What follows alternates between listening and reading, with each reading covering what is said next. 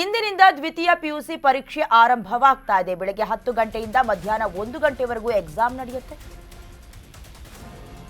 ಇಂದಿನಿಂದ ದ್ವಿತೀಯ ಪಿಯುಸಿ ಪರೀಕ್ಷೆ ಆರಂಭವಾಗಲಿದೆ. ಬೆಳಗ್ಗೆ 10 ಗಂಟೆಯಿಂದ ಮಧ್ಯಾಹ್ನ 1 ಗಂಟೆಯವರೆಗೂ ಎಕ್ಸಾಮ್ ನಡೆಯುತ್ತೆ. ಇಂದು ಮೊದಲ ದಿನ ಕನ್ನಡ ಹಾಗೆ ಅರೇಬಿಕ್ ಪರೀಕ್ಷೆ ನಡೆಯುತ್ತೆ. ಅಂದ್ರೆ ಮೊದಲ ಭಾಷೆ ಪ್ರಥಮ ಭಾಷೆ ಯಾವ್ದು ಆಯ್ಕೆ ಮಾಡಿರ್ತಾರೋ ಅದು ಮಾರ್ಚ್ 17ನೇ ತಾರೀಕಿನವರೆಗೂ ಎಕ್ಸಾಮ್ ನಡೆಯುತ್ತೆ. ಪಿಯುಸಿ ಪರೀಕ್ಷೆಗೆ ಇಲಾಖೆಯಿಂದ ಸಕಲ ಸಿದ್ಧತೆ ನಡೀತಾ ಇದೆ. ಜೀವನದ ಪ್ರಮುಖ ಘಟ್ಟ ದ್ವಿತೀಯ ಪಿಯುಸಿ ಪರೀಕ್ಷೆ. ಸಂಬಂಧಪಟ್ಟಂತೆ ವಿದ್ಯಾರ್ಥಿಗಳು ಕೂಡ ಸಜ್ಜಾಗಿರ್ತಾರೆ.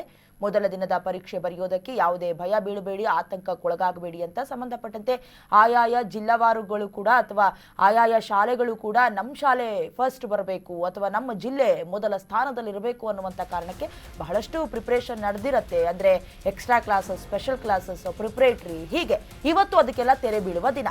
ಪರೀಕ್ಷೆಗೆ 7,10,363 ವಿದ್ಯಾರ್ಥಿಗಳು ನೋಂದಣಿ ಮಾಡಿಕೊಂಡಿದ್ದಾರೆ.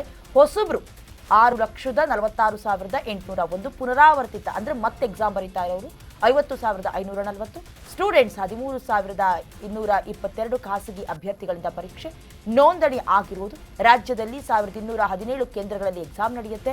ಕರ್ನಾಟಕ ಶಾಲಾ ಪರೀಕ್ಷಾ ಹಾಗೆ ಮೌಲ್ಯ ನಿರ್ಣಯ ಮಂಡಳಿ ಮಾಹಿತಿಯನ್ನ ಹಂಚಿಕೊಂಡಿದೆ. ಎಷ್ಟೆಷ್ಟು ಸ್ಟೂಡೆಂಟ್ಸ್ ರಿಜಿಸ್ಟ್ರೇಷನ್ ಮಾಡ್ಕೊಂಡಿದ್ದಾರೆ, ಎಷ್ಟು ಜನ ಅಟೆಂಡ್ ಆಗ್ತಿದ್ದಾರೆ, ಮತ್ತೆ ಎಕ್ಸಾಮ್ ಅನ್ನ ಫಾರ್ ಎಕ್ಸಾಂಪಲ್ ಕಳೆದ ವರ್ಷ ಫೇಲ್ ಆಗಿ ಈ ವರ್ಷ ಪ್ರಿಪೇರ್ ಆಗಿ ಬಂದಿರುವಂತಹ ಸ್ಟೂಡೆಂಟ್ಸ್ಗಳ ಸಂಖ್ಯೆ ಎಷ್ಟು, ಜೊತೆಗೆ ಖಾಸಗಿ ಅಭ್ಯರ್ಥಿಗಳು ಎಷ್ಟು ಜನ ಕರೆಸ್ಪಾಂಡೆನ್ಸ್ ಅಲ್ಲಿ ಬರೀತಾ ಇದ್ದಾರೆ, ಜೊತೆಗೆ ರಾಜ್ಯದಲ್ಲಿ ಎಷ್ಟು ಕೇಂದ್ರಗಳಲ್ಲಿ ಎಕ್ಸಾಮ್ ನಡೀತಾ ಇದೆ. ಸಂಬಂಧಪಟ್ಟಂತೆ ಈಗಾಗಲೇ ಸಿಸಿಟಿವಿಯನ್ನು ಅಳವಡಿಕೆ ಮಾಡಿರೋದು ಹಾಗೆ ಕೆಲವೊಂದಷ್ಟು ಇನ್ವಿಜಿಲೇಟರ್ಸ್ ಸೇರಿದಂತೆ ಅಲ್ಲಿನ ಕಣ್ಗಾವಲು ಯಾವ ರೀತಿ ಇರುತ್ತೆ ಎಲ್ಲವನ್ನ ಕೂಡ ಕರ್ನಾಟಕ ಶಾಲಾ ಪರೀಕ್ಷಾ ಹಾಗೆ ಮೌಲ್ಯ ನಿರ್ಣಯ ಮಂಡಳಿ ಮಾಹಿತಿಯನ್ನ ಹಂಚಿಕೊಂಡಿದೆ.